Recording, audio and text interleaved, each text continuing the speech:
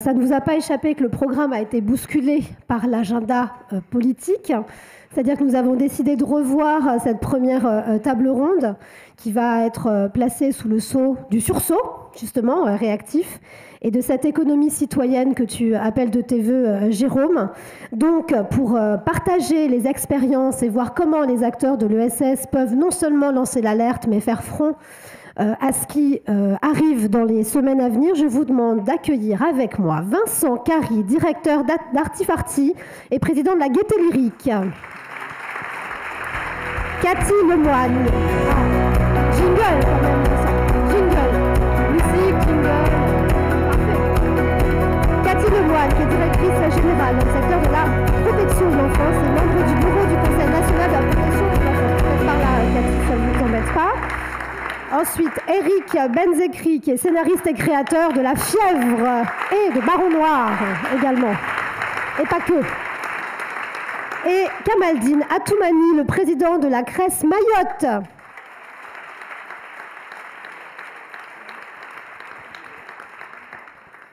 Alors, est-ce que tout le monde peut se saisir d'un micro, d'un verre d'eau?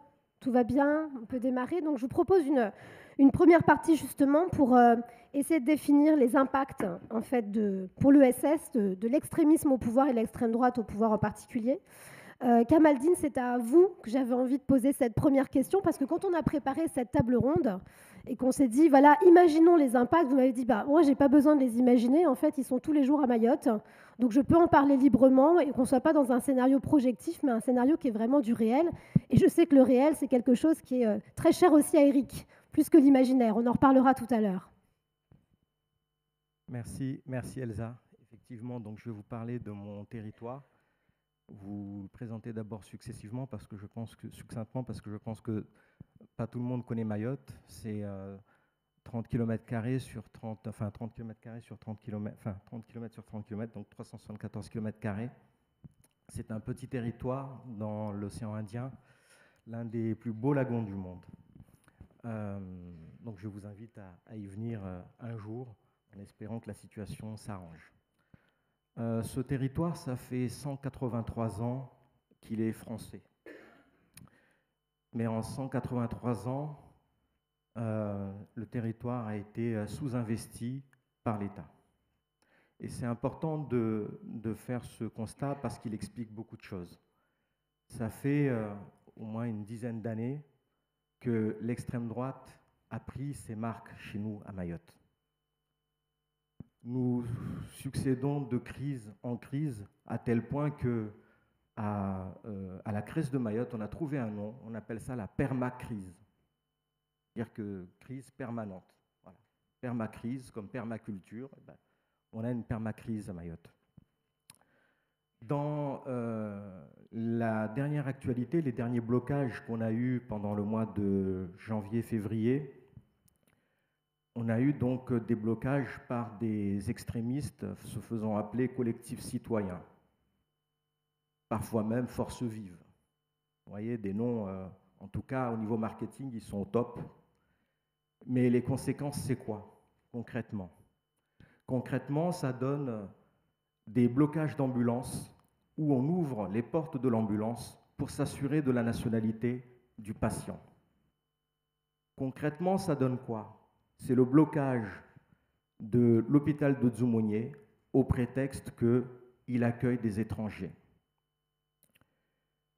Concrètement, ça donne quoi? C'est le filtrage dans les barrages, hein, qu'on appelle en fait c'est les points de blocage, hein, tenus par ces groupuscules extrémistes pour vérifier que les personnes qui circulent ont un motif légitime.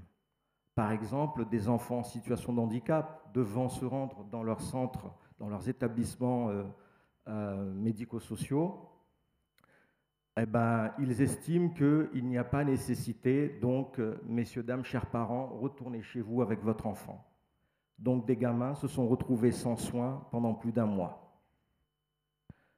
Des alertes ont été lancées, un courrier a été fait, et j'en remercie Jérôme pour son courage, et l'ensemble du CA de ESS France qui a accepté qu'un courrier soit adressé au Premier ministre pour évoquer la situation à Mayotte. Cette lettre ouverte, aujourd'hui, nous attendons toujours la réponse du Premier ministre. Alors, on peut toujours se dire que c'est à Mayotte que ça se passe. Sauf que chez nous, c'est aujourd'hui ce qui se passe en métropole, en France métropolitaine aujourd'hui. Donc ce réveil, il doit se faire. Il doit se faire parce qu'il y a des choses que nous ne pouvons pas accepter, parmi lesquelles, par exemple, aujourd'hui, la majorité présidentielle, à l'heure d'aujourd'hui, s'apprête à accorder l'investiture à un candidat qui a quand même cadenassé nos associations. Le groupe SOS a été cadenassé et une autre association également a été cadenassée. Et d'ailleurs, au lendemain du passage de Marine Le Pen sur notre territoire, l'association Solidarité Mayotte a été incendiée. Ces gens-là, depuis une dizaine d'années, le politique essaye de satisfaire les demandes. On a eu, par exemple, sur notre territoire, une loi où on a quand même touché au code de la nationalité, c'est-à-dire qu'aujourd'hui à Mayotte, quand deux parents sont en situation irrégulière, l'enfant n'a pas la nationalité française. Ça ne leur a pas suffi. Maintenant, ils veulent le droit du sol. Mais même quand on aura attaqué le droit du sol, vous pensez réellement que ça va leur suffire? En réalité, c'est une course sans fin, avec des demandes toujours plus exigeantes et autres, mais ça ne s'arrêtera pas. Il ne faut pas penser que satisfaire à leurs besoins va les arrêter. Ça fait 10 ans pour nous que nous ne faisons que courir après leurs doléances. 10 ans.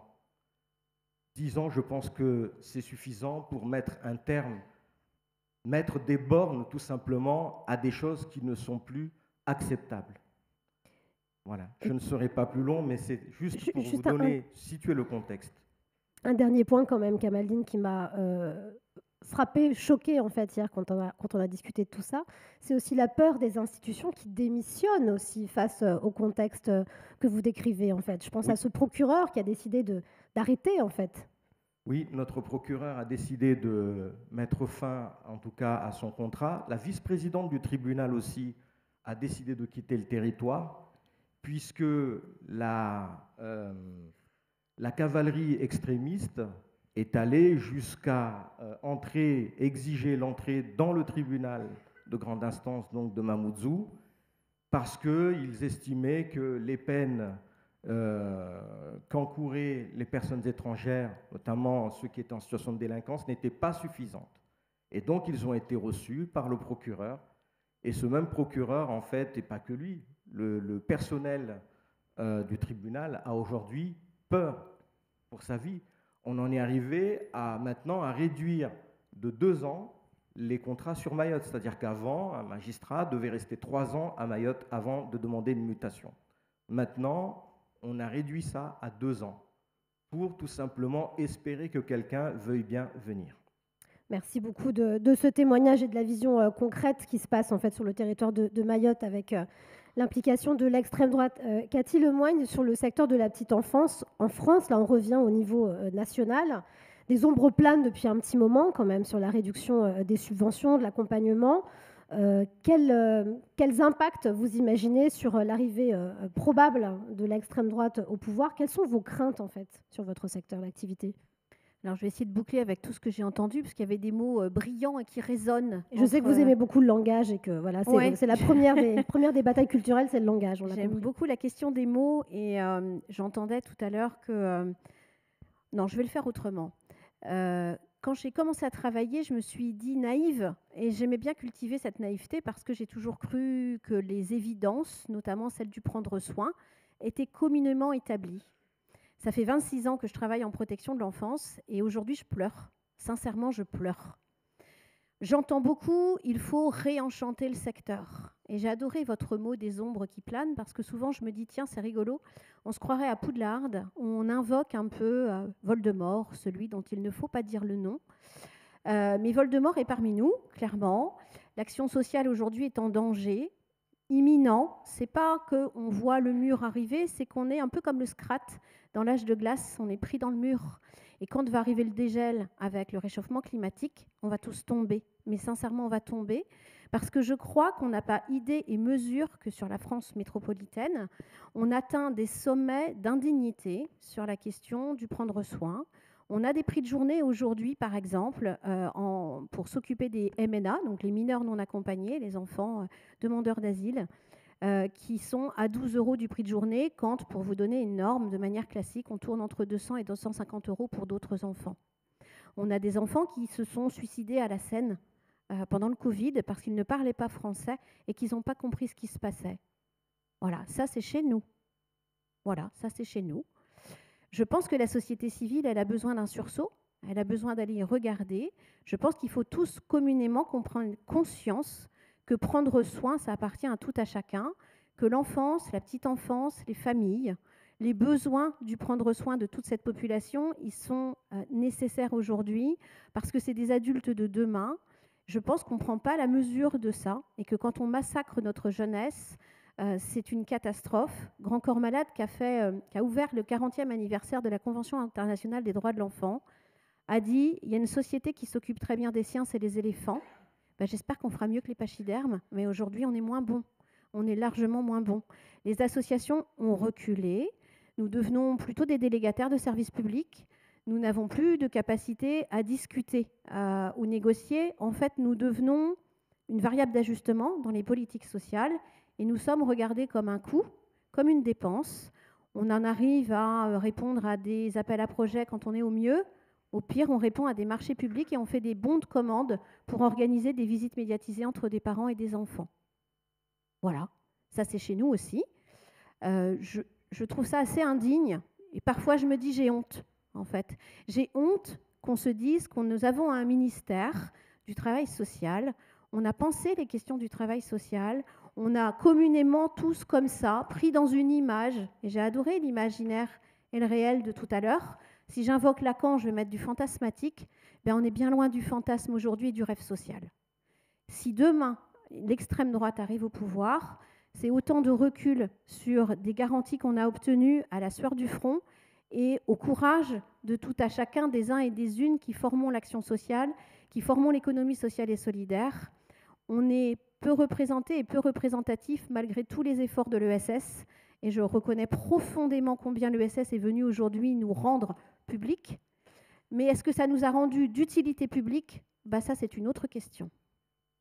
À laquelle on tâchera de répondre pour la deuxième partie. On sera évidemment, je vous rassure, plus dans l'ouverture que dans malheureusement les constats flagrants et qui peuvent que s'accentuer terriblement avec cette potentielle arrivée de l'extrême droite au pouvoir en France. Éric Benzekri, la prochaine question est pour vous. Voilà, je vous sens vous préparer, donc c'est parfait. Vous avez de votre côté, pas comme les scouts, quoi. Rien à voir. Vous avez délibérément choisi la fiction pour faire passer des messages de société et dépeindre en fait les affres de la politique, les impacts des réseaux sociaux, les fractures de notre pays, les petits arrangements personnels, hein, en fait, les petites compromissions. Vous auriez presque pu écrire la séquence que nous traversons, presque pu, on va dire. Vous l'avez écrite même. Comment le scénariste que vous êtes, il imagine l'arrivée de l'extrême droite en réalité et l'impact que ça peut avoir justement sur ce tissu social qui est souvent en fait convoqué en cas de crise et qu'on oublie, c'est un peu ce qu'a expliqué aussi Cathy, qu'on oublie une fois que les choses, entre guillemets, redeviennent dans une forme de normalité. Bonjour à tous, merci de m'avoir invité. Je suis très content d'être là parce que je me sens bien avec vous. Parce que je pense que ce que vous êtes en train de faire, en fait, c'est ce qu'on aurait dû tous faire avant de se poser ce genre de questions. En fait, c'est ça le problème.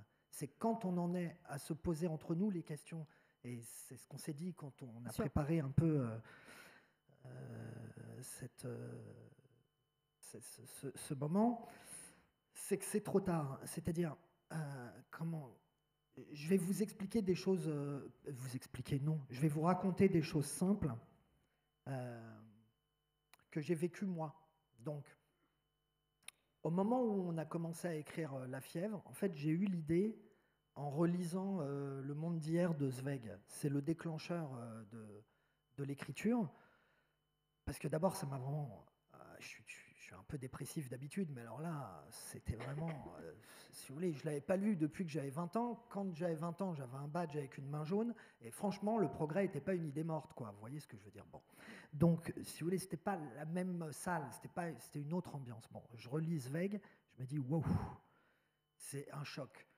Et comme je travaillais sur les réseaux sociaux et sur les mots qui étaient employés, comment ils circulaient d'un espace à l'autre et comment on se les mangeait et comment ils nous habitaient même quand on n'en voulait pas.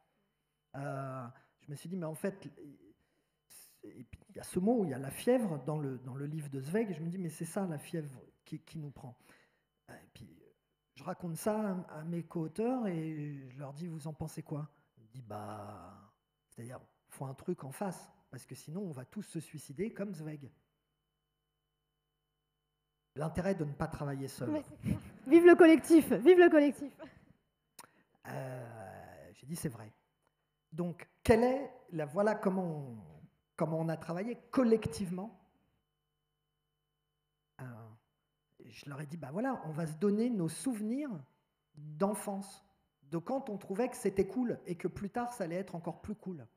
Quel est le souvenir? Voilà, quel est l'anti-Zweig chez vous? On s'est échangé nos anecdotes. La première image qui m'est venue à moi, c'est la création de la coopérative de mon père, qui était chômeur, qui était aussi un syndicaliste à la CFDT, et parce que ça s'implique avec le politique. Il y avait une toute petite mesure dans le programme de Mitterrand. Il était licencié en 80, mon père, et en 80, il y a une toute petite mesure qui est que les chômeurs qui créent une coopérative ont droit à une aide. Bon, ils sont partis à 5 syndicalistes, CFDT, ils sont finis à 87, je crois, 85. Une entreprise d'armoire électrique, j'y connais rien. Mais ce que je sais, c'est que l'entreprise, elle était chez moi au début.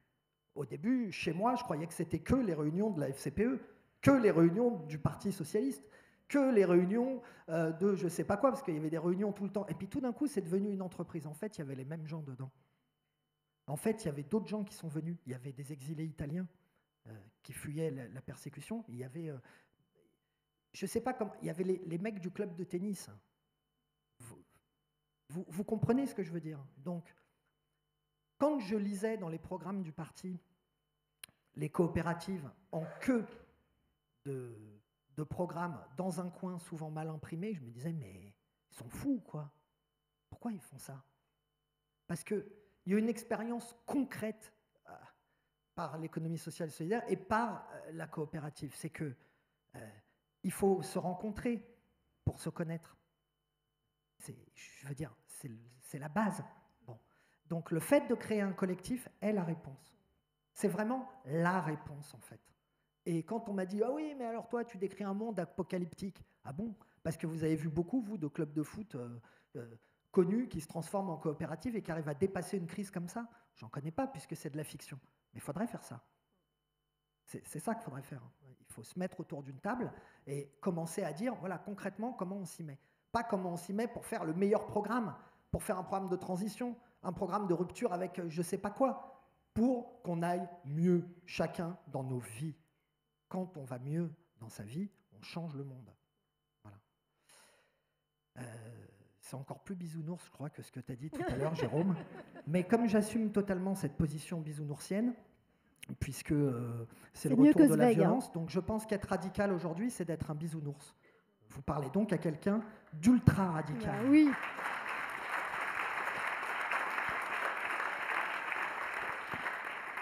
Vous m'avez même dit un truc très fort quand on a préparé, c'est être capable d'élever tous nos enfants. Et ça ne voulait pas dire chacun les siens, ça voulait dire collectivement nos enfants. Et je trouve que c'est assez fort aussi dans le monde des bisounours. Donc vous êtes quelle couleur comme bisounours, Eric? Parce qu'il y a plusieurs couleurs, vous savez.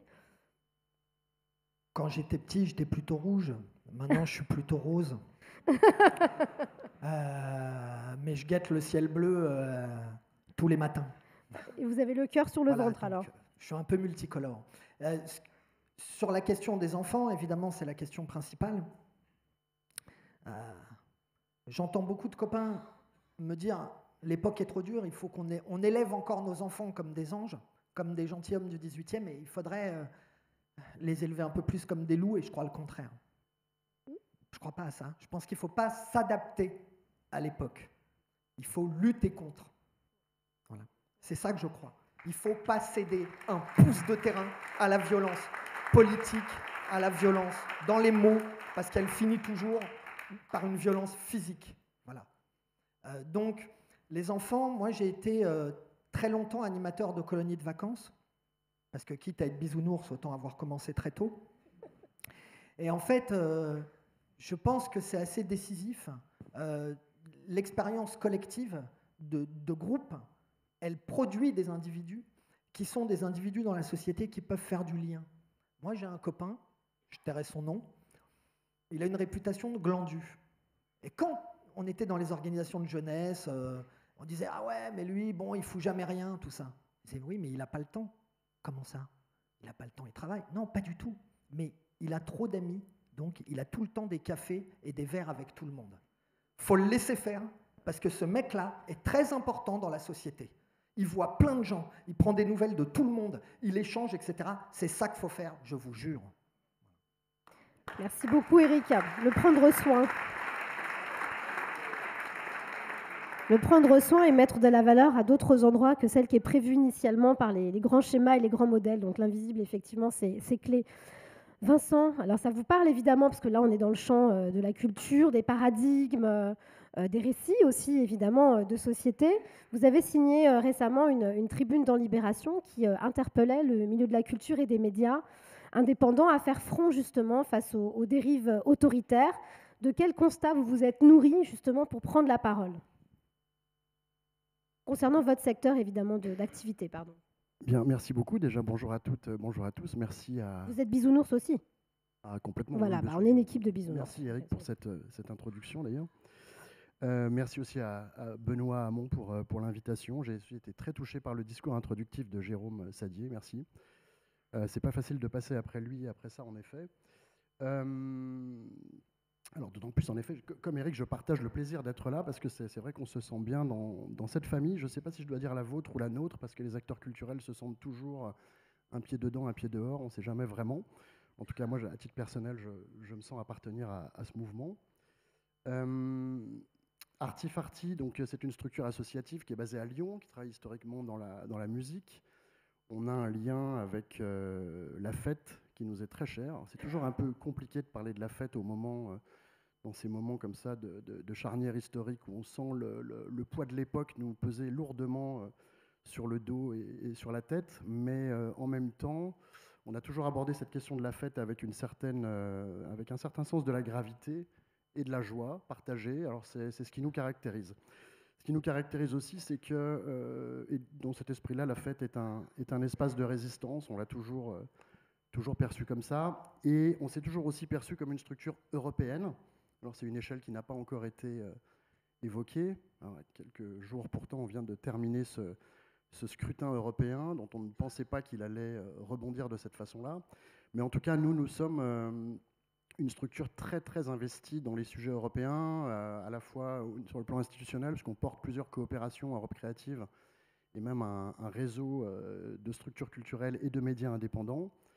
On vient de publier un atlas géopolitique de la culture indépendante et des médias indépendants en Europe. Et ce travail-là, qui a fait l'objet de beaucoup de workshops partout sur le continent avec des structures culturelles, des médias, des structures de la solidarité, de l'écologie, un peu partout en Europe, nous a permis en fait de faire une sorte de panorama un peu de ce que subissent les acteurs culturels lorsqu'ils sont aux prises avec des gouvernements ou des majorités, des gouvernements nationaux populistes ou des majorités qui incluent l'extrême droite dans un certain nombre de pays, et ils se multiplient évidemment depuis ces dernières années.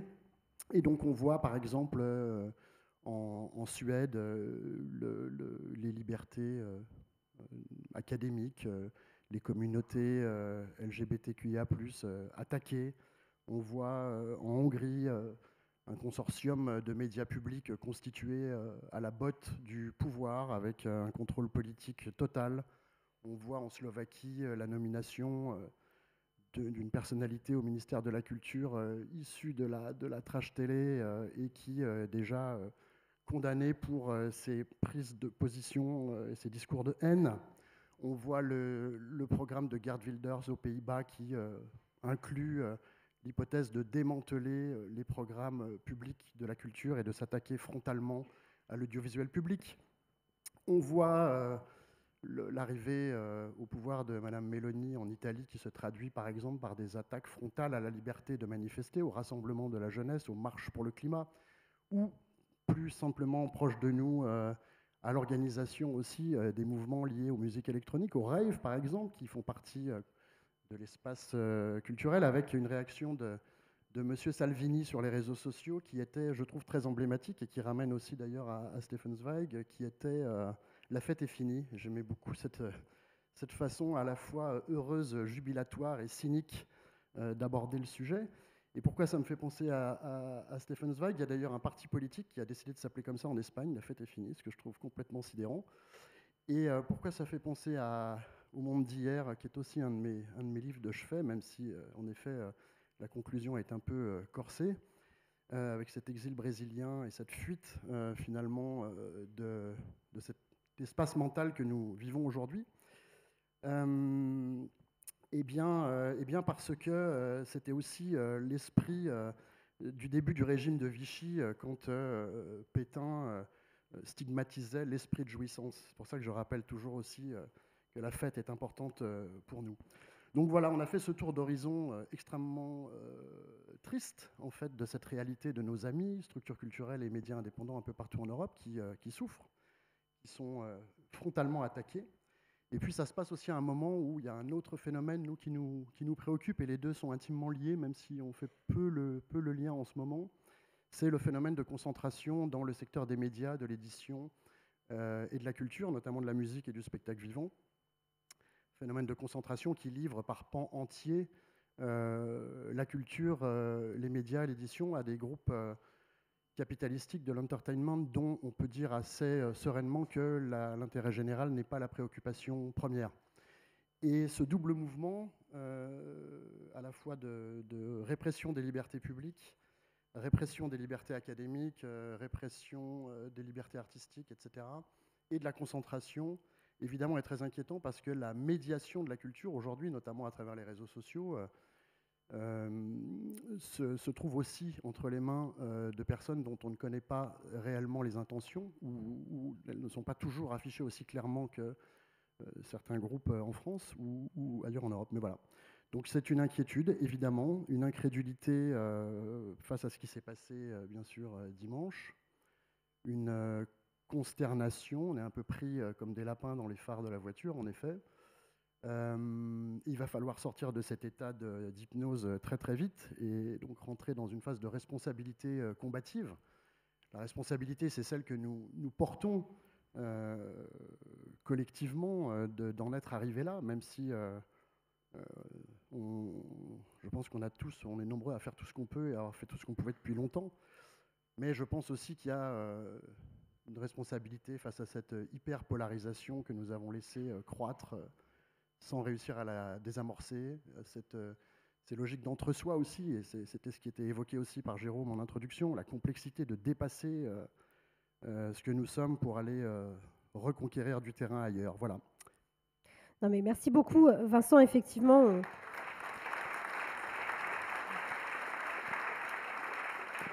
le champ médiatique, le champ de la représentation de la société ou de l'ostracisation d'une partie de la société, en fait, qui n'est pas dans le champ des médias, résonne beaucoup et est très, très inquiétante, en fait, dans la concentration des médias notamment, et le rachat de certains titres aussi par une mouvance assez décomplexée. Donc on l'a vu dans cette première partie, l'arrivée de l'extrême droite, ça fragilise évidemment le modèle social et de société qui est prôné par l'économie citoyenne. J'aime beaucoup cette expression d'économie citoyenne, je dois dire. Les problèmes de financement aussi dont on parle assez peu, c'est-à-dire il y a déjà des restrictions budgétaires, donc on imagine bien forcément une contraction de ces financements qui vont amener les acteurs de l'ESS aussi à à se polariser sur d'autres sources de financement comme la philanthropie par exemple ou le champ de l'entreprise. Donc ça veut dire être encore plus en concurrence qu'avant. Donc ça va poser aussi des questions de coalition à ces endroits-là aussi pour réfléchir comment continuer à avoir des actions de délégation de services publics telles qu'on l'entend pour l'intérêt général. Le tissu social qui va être évidemment certainement, qui pourrait être fragilisé. La liberté d'association, on n'en a pas parlé, mais ça va être un énorme sujet d'inquiétude, déjà qu'il l'était. Autant dire qu'il peut être largement, en réalité, augmenté avec cette potentialité de l'arrivée de l'extrême droite. Et forcément, le sujet positif, c'est celui des coalitions dont on parlait, le collectif, les coopératives, Eric, que vous appeliez de vos voeux en racontant votre histoire personnelle. Donc j'ai envie qu'on ouvre cette deuxième partie là-dessus, deuxième et dernière partie, pour prévenir tout le monde. On aime bien savoir en fait quand est-ce que les choses commencent et se terminent. Bon là, ça va être le cas pour cette partie-là. Sur les récits, voilà, quels récits en fait on invente ou on continue à mettre en place pour l'ESS. Et quand vous regardez, je pense à vous évidemment, Kamaldie, quand vous regardez la situation de l'ESS à Mayotte, que vous avez dépeinte précédemment, ce serait quoi les initiatives en fait à sortir de l'ornière, à mettre encore plus en avant pour justement assurer la percée de ce récit de l'ESS et qu'il n'y ait pas ce que vous racontiez, ce catastrophisme et puis quelque part cette désillusion et cette complaisance avec une forme de désillusion aussi organisée et d'indignation. Oui, effectivement. Donc, merci Elsa pour me permettre effectivement de répondre à votre question. Il y a quand même des raisons d'espérer et les CRES, le travail formidable qui est réalisé par les CRES permettent en tout cas d'espérer parce que sur les territoires en région, ce sont elles qui organisent et qui animent l'économie sociale et solidaire. Et les CRES, en fait, par leur travail, elles permettent aux personnes de retrouver de la dignité. Vous avez parlé tout à l'heure de l'exemple de la coopérative de votre père. Ça lui a rendu sa dignité. Nous, à notre échelle, la CRES de Mayotte, par exemple, accompagne des femmes qui étaient des vendeuses dans les rues, devant les écoles, on les accompagne sur l'économie informelle. Et ces personnes-là, au fur et à mesure de l'accompagnement, elles retrouvent de la dignité. Et ça, c'est quelque chose de formidable. On a un outil, par exemple, qui s'appelle l'achat socialement responsable, ASER. Aujourd'hui, depuis qu'on a mis en place cet outil à Mayotte, on est bientôt à 1 million d'heures d'insertion. C'est-à-dire qu'on permet à des personnes éloignées de l'emploi, par le biais des marchés publics closés, de leur permettre de remettre le pied à l'étrier. C'est-à-dire qu'on oblige l'entreprise qui a le marché à insérer ces personnes-là pendant la durée du marché. Eh bien, aujourd'hui, c'est bientôt 1 million d'heures qu'on a pu faire bénéficier à des personnes éloignées de l'emploi. Et du coup, ça marche parce que les entreprises, quand ils ont été obligés, entre guillemets, de recruter ces personnes dans ce dispositif, elles finissent par dire, finalement, c'est un très bon salarié et on le garde. Donc, il y a quand même des raisons d'espérer. Aujourd'hui, par les dispositifs comme Fanialab, par exemple, qui est financé d'ailleurs par le département de Mayotte, il faut aussi saluer les belles initiatives, c'est aujourd'hui 550 emplois consolidés. Et ça, c'est quand même pas mal. Quand on nous donne, par exemple, des moyens de financer sur le Fanialab, quand on est, par exemple, à 800 000 €, sur 800 000 € de Fanialab, on permet derrière de sauvegarder 1200 emplois. 1200 emplois. Et de lever pour les acteurs qu'on accompagne plus de 8 millions d'euros. Voyez. Donc, il y a quand même des raisons d'espérer. Et c'est ce travail formidable qui est réalisé par les CRES. Moi, ma CRES, c'est vrai qu'elle s'en sort dans le lot, mais j'aimerais que toutes les CRES soient accompagnées. Moi, je ne comprends pas qu'aujourd'hui, on soit à négocier, à faire du marchand de tapis avec le gouvernement pour financer la fonction d'accompagnement, d'information et d'orientation. C'est quoi? C'est 2 500 000 €. Enfin, je veux dire, c'est peanuts. Eh bien non, ce n'est pas passé dans le PLF 2023. Alors que les CCI sont financés, combien? 50 fois plus. Pour quel résultat? Donc il y a quand même des raisons d'espérer, et je pense qu'effectivement, il faut qu'on ait aussi un dialogue beaucoup plus musclé, beaucoup plus franc avec le politique également.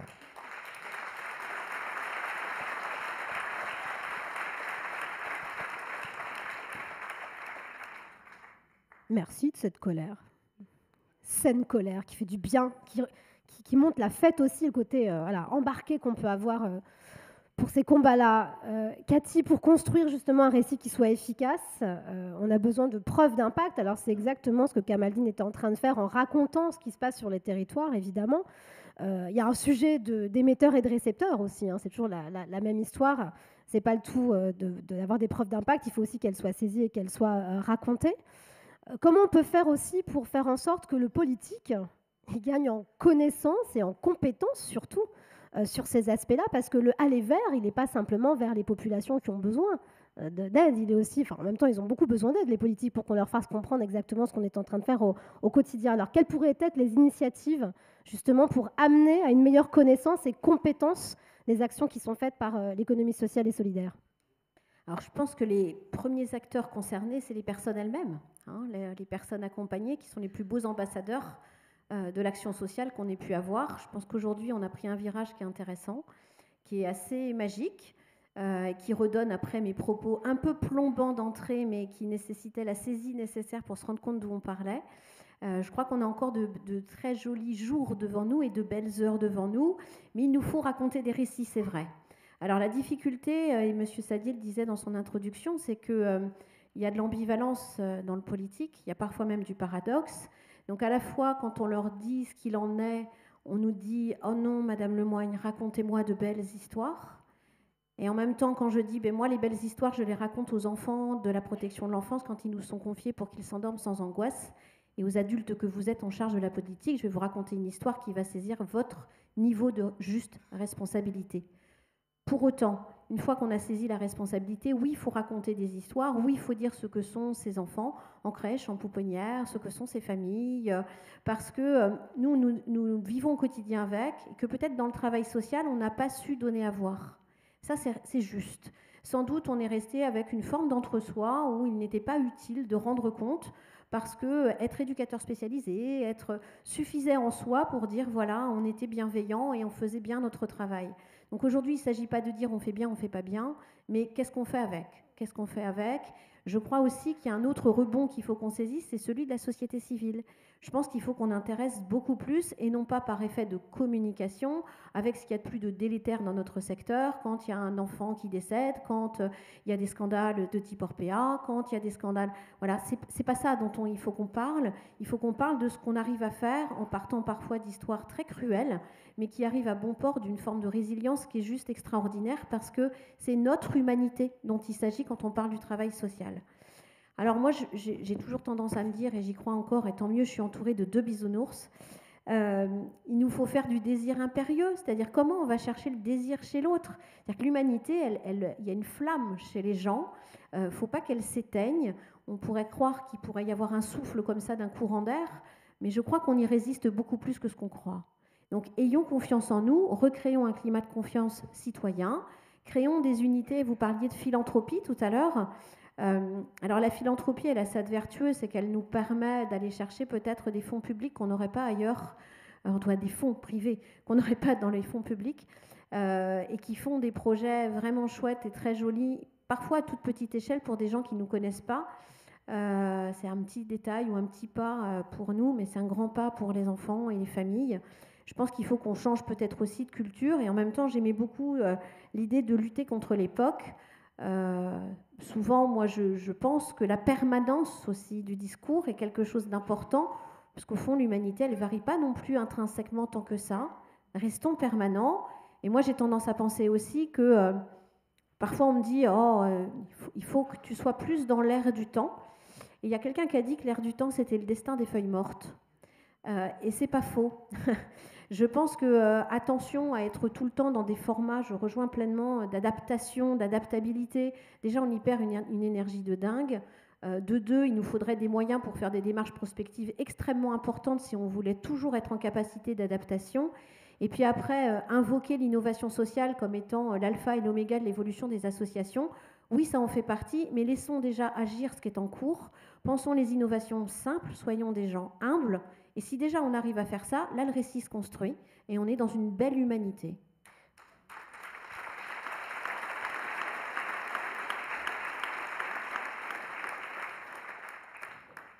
Oui, et en même temps, moi j'ai l'impression que ce discours-là, je l'entends déjà, ça fait 3 ans et demi que je travaille dans le secteur de l'innovation sociale. Pour avoir été dans les médias avant, il n'imprime pas. Il n'imprime pas pour embarquer collectivement avec un récit qui serait un récit médiatique. Donc je me dis, c'est le moment ou jamais en réalité, voilà, de montrer ces initiatives. Je veux dire, on ne parle pas d'utopie. Quand on voit le secteur associatif français qui existe depuis presque un siècle, même plus que ça, je veux dire, il y a un moment, qu'est-ce qui fait qu'en fait ça n'imprime pas et que ça décolle pas la pulpe du fond, quoi, si je puis dire? En fait, nous sommes extrêmement gentils. On est dans une forme, je vous jure, hein, de consensualité permanente. C'est-à-dire que on dit sans trop dire, mais il y a des effets à ça. On le fait aussi parce que quand on est gestionnaire d'association et qu'on dépend prioritairement des fonds publics, on est obligé d'être dans un débat qui manie l'aspect consensuel et qui ne rend pas possible de se mettre d'accord sur nos désaccords parce que c'est aujourd'hui très vite considéré comme un trait d'insolence et on a perdu un peu cette notion de c'est pas grave de ne pas être d'accord tant qu'on est OK pour se dire on va se donner les meilleurs moyens qui soient pour répondre au mieux pour les personnes les plus vulnérables. Mais ça, ce discours aujourd'hui, c'est vrai, il prend pas. Il prend pas parce qu'on nous dit combien vous coûtez pour tenir ça. Donc, il faut à la fois, il faut que je fasse attention avec le à la fois. Il faut à la fois. Tant que c'est pas en même temps, ça passe. Hein. Ouais, mais tout à l'heure j'ai entendu reconquérir, je me suis dit oup, oup, oup, attention à la reconquête. Mais en tout cas, je crois qu'il faut en même temps dire, mais un dire sincère, un dire honnête, un dire vrai et un dire qui parfois dérange. Mais ce n'est pas avec l'intention de mettre à mal, c'est avec l'intention de rendre juste, réaliste ce qui nous entoure. N'ayons pas peur du réel, qui parfois est difficile à prendre en compte, qui nous oblige à être sur la scène et qui nous oblige à faire des choses de manière responsable. Mais convoquer la responsabilité aujourd'hui, c'est extrêmement difficile parce qu'on est beaucoup trop aliéné à la question du budgétaire. Et donc, on est tout le temps en train de faire un espèce de chemin de crête où on atténue, on arrondit, et à force d'atténuer et d'arrondir, on rend le discours creux, inodore, et à un moment donné, on nous regarde en nous disant « Ouais, c'est chouette ton affaire, mais bon, tu comprendras aisément que tu coûtes un peu trop cher. » Et on en finit toujours à ça. Donc, il faut vraiment avoir le récit honnête, et je pense qu'il faut qu'on renoue avec du courage, vraiment du courage, parce que je trouve qu'en ces derniers temps, on en manque vraiment. Dire, c'est prendre des risques, mais prendre des risques, c'est aussi prendre le risque qu'on aille mieux. Et il y a un moment donné, vouloir aller mieux est une belle intention. Alors pourquoi nous ne serions pas capables de le dire haut et fort et sans renoncer ni négocier? Il y a des invariants, il y a des choses qui ne sont pas négociables. Beaucoup de choses le sont, parfois certaines ne le sont pas, mais allons jusqu'au bout de le dire. Merci Cathy.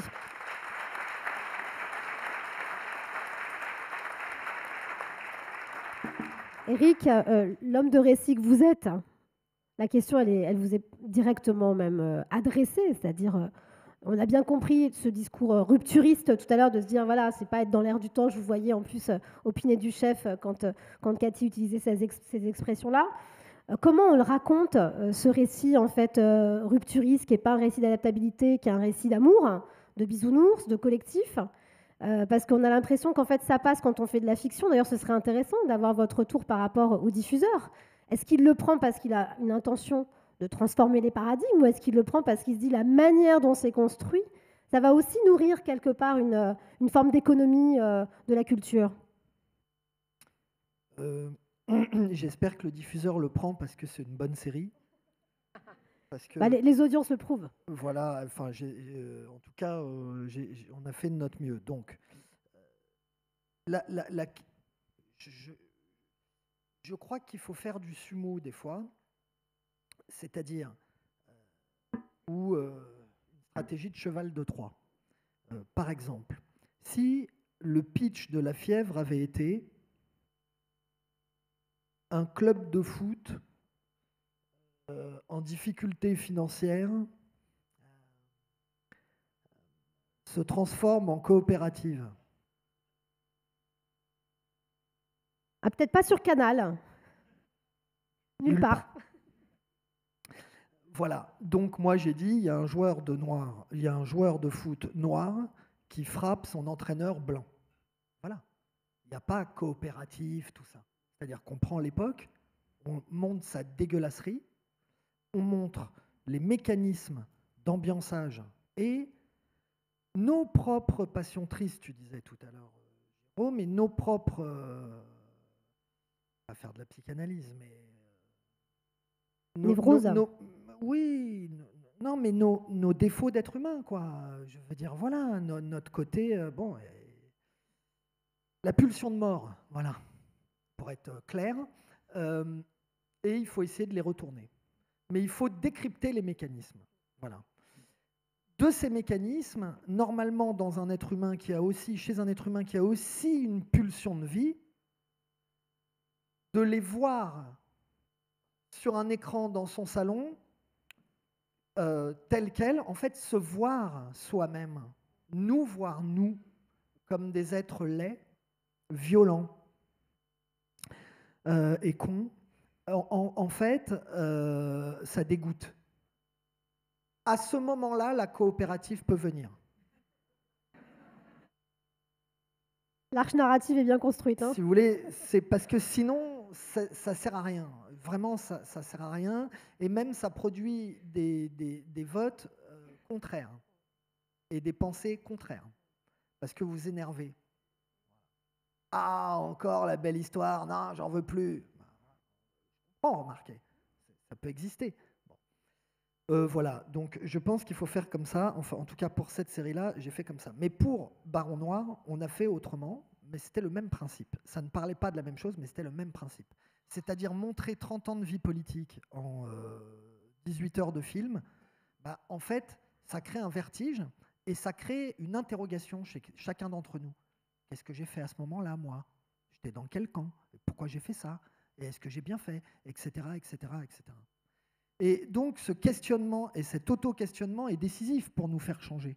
Voilà. Parce qu'on ne peut pas s'en sortir, en fait, si on ne change pas.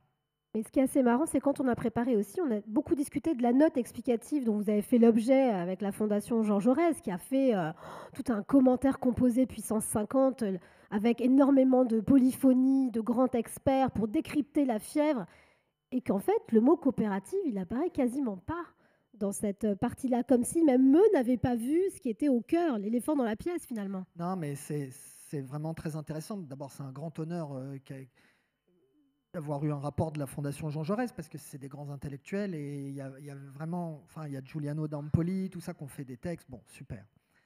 Le mot coopérative, il y est, mais il n'y a rien dessus. Si vous voulez, il n'y a pas un texte, il y a un texte sur la fièvre, les médias, la fièvre, la politique, la fièvre, je ne sais pas quoi. Bon, très bien. Les réseaux sociaux, voilà. Mais sur la coopérative, il n'y a pas de texte en tant que tel. Et j'ai trouvé ça vraiment très marquant. Voilà. Et en fait, c'est parce qu'on considère que c'est un supplément d'âme, que c'est une réserve d'Indiens, que c'est, bon, allez, ils sont sympas, il faut leur donner un peu. Comme ça, quand j'étais jeune, on appelait ça une caution. Alors qu'en fait, c'est le cœur d'un projet. Et que on ne change pas avec un imaginaire. On fait rêver avec un imaginaire. Et une fois qu'on a fait rêver, il faut faire. C'est très compliqué. Quand on a raconté des histoires aux enfants, quand elles ne sont pas réalisables, il y a une déception. Et la déception, elle crée le pire parfois. Donc, il vaudrait mieux montrer ce qu'on a là déjà, tel que c'est, le raconter, en faire un récit, le montrer aussi avec des images, il n'y a pas que le texte, pour dire c'est possible. Eux, ils le font, voilà, et étendre le système, et grignoter, aller à la conquête. Il y a tout un secteur économique, si vous voulez, qui est à conquérir. Il n'y a pas que l'économie sociale. Vous pouvez avoir une coopérative dans n'importe quel secteur d'activité. C'est décisif parce qu'on parle de tout. On parle de démocratie, on parle de collectif, on parle de partage de la valeur. Et moi, c'est un programme qui me va. Je n'ai pas besoin d'aller chercher des trucs en 700 points. Déjà, quand il y a ça, vous avez tout. Après, vous pouvez discuter entre vous, vous pouvez affiner, vous pouvez trouver des voies, mais c'est les 3 choses. Bon, voilà. Et très longtemps, la gauche française, elle a été obsédée par l'État. Elle le reste un peu. Voilà. Et ce qui est collectif, je dirais, comme on disait avant, du temps de LIP à la base, c'est quelque chose qui est, voilà, c'est un truc sympa, on caresse, quoi. Oui, c'est bien, vous êtes bien. Voilà. Non, c'est pas une question de bien, c'est une question d'essentiel, c'est une question de cœur de projet. Voilà. Donc, c'est ça que je pense. Et je voudrais dire un dernier truc, parce que je parle trop, mais tout à l'heure, tu as parlé segmentation, polarisation, etc. Les réseaux sociaux, c'est-à-dire plus exactement même toute l'IA, je vais loin, toute l'IA, ça nous segmente. Ça isole. Et ça isole autour de convictions ou ça déglingue des convictions. Et après, ça empêche d'être dans le réel, de franchir de faire 3 pas pour aller sur celui qui est juste en face sur le trottoir. Voilà. C'est un énorme problème. On a un problème avec ça. Et donc, moi, je veux bien qu'on soit tous hyper... moi, je suis pas du tout technophobe, hein, j'adore ça, j'ai un portable, il est dans ma poche, j'ai même une trace sur mon jean parce que je l'ai toujours au même endroit. Donc, il n'y a pas de problème. Mais il faut faire attention. C'est très, très, très important, cette affaire-là. Très important. C'est en train de nous segmenter. Moi, j'ai un problème en tant qu'auteur parce que je ne sais plus comment écrire, parce que je me dis, alors attendez, il y a telle catégorie, telle catégorie, telle catégorie. Est-ce que ça, qu'est-ce qu'ils vont dire cela? Et cela, qu'est-ce qu'ils vont dire? Et est-ce que quelqu'un qui peut, il va venir regarder ma série? Bon, et puis au bout d'un moment, je dis, bon, allez, je m'en fous, je fais ce qui me plaît, puis c'est tout. Bon, mais c'est un problème. Voilà, je vous le dis parce que vous êtes le contre-modèle de ça. Parce que vous réunissez des gens qui ne sont pas pareils. Et vous vous voyez de visu. Pas à travers, via une interface, un artefact.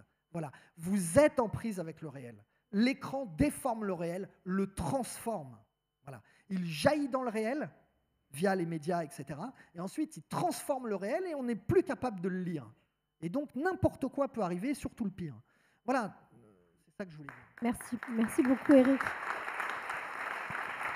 Mon cher Vincent, il nous reste très peu de temps et j'aimerais qu'on ait au moins 1 ou 2 questions rapides de vous, parce que j'imagine que vous en avez. Si vous n'en avez pas, il est temps de les préparer maintenant, le temps que Vincent réponde à cette dernière question. Évidemment, on voit le cri du cœur d'Eric concernant le réel. La culture, c'est un rempart formidable aussi pour travailler la question des récits. Est-ce que vous avez déjà des idées en tête, des choses qui pourraient faire en sorte que ce récit de l'ESS du collectif, ce contre-modèle justement des réseaux sociaux notamment qui polarisent et qui individualisent, puisse émerger plus fortement? D'abord, 100% d'accord avec ce qui vient d'être dit, et merci d'ailleurs d'avoir pris le temps de le dire, parce que c'est effectivement le sujet. Ensuite, la culture, oui, elle n'a pas toujours, malheureusement, elle n'a pas toujours ce rôle-là. Elle a aussi été, et elle est encore aujourd'hui parfois un lieu qui entérine une logique d'exclusion, qui entérine le sentiment d'un élitisme, etc., etc. Donc c'est d'abord un vrai sujet. Elle est parfois elle-même, et notamment à l'endroit de la grande institution, un lieu de polarisation. Il faut en avoir conscience et aussi avoir une forme critique à cet endroit-là. Deuxièmement, sur la question des récits, il faut là aussi qu'on soit vigilant parce qu'on est à jouer, entre guillemets, les alchimistes du récit. On est nettement moins bon que nos adversaires.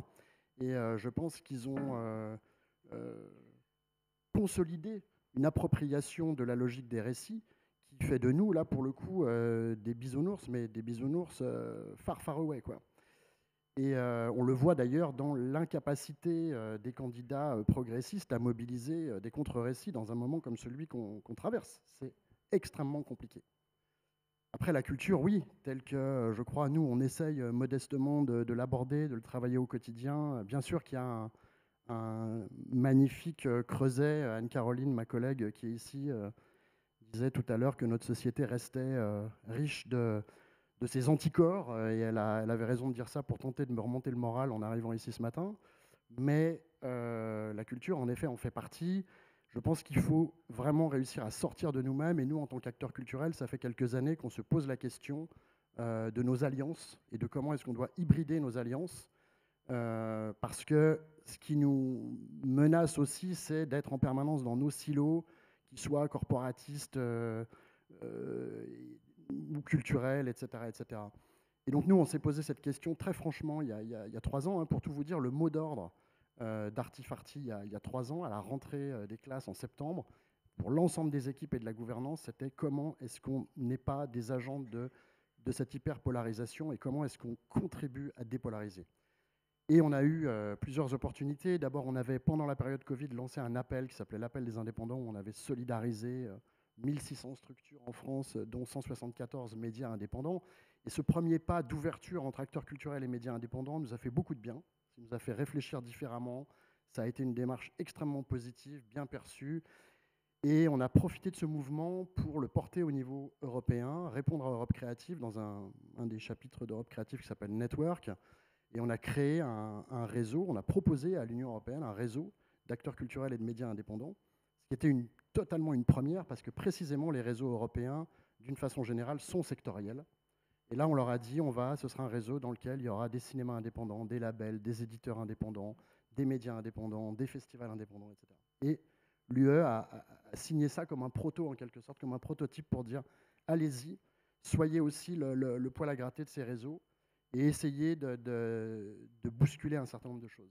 Donc on s'est lancé là-dedans, et plus loin que simplement des médias et des acteurs culturels et des structures culturelles indépendantes, on a aussi décidé de solidariser des acteurs de l'engagement pour nous guider aussi dans ce projet-là, des gens comme Consentis, comme ActRight, comme l'Observatoire des politiques culturelles de Grenoble, comme la Black Artist Database au Royaume-Uni, etc. Et puis aussi des collectivités. Parce qu'on considère aussi que les acteurs du service public, lorsqu'ils ne sont pas eux-mêmes déjà en coupe réglée sous l'autorité de régimes national-populistes, sont aussi des alliés. Et c'est là qu'on a décidé de pousser cette expérimentation encore un cran plus loin. L'opportunité, en fait, s'est présentée parce que la mairie de Paris mettait en renouvellement une concession de service public, en l'occurrence celle de la Gaîté Lyrique, dans une belle maison dans laquelle j'avais eu la chance de travailler dans l'équipe artistique il y a quelques années. Et donc je suis allé voir un certain nombre d'acteurs en réfléchissant, en se disant qu'est-ce qui aujourd'hui pourrait être une alliance pertinente pour transformer une institution culturelle et pour lui redonner du sens dans cette époque.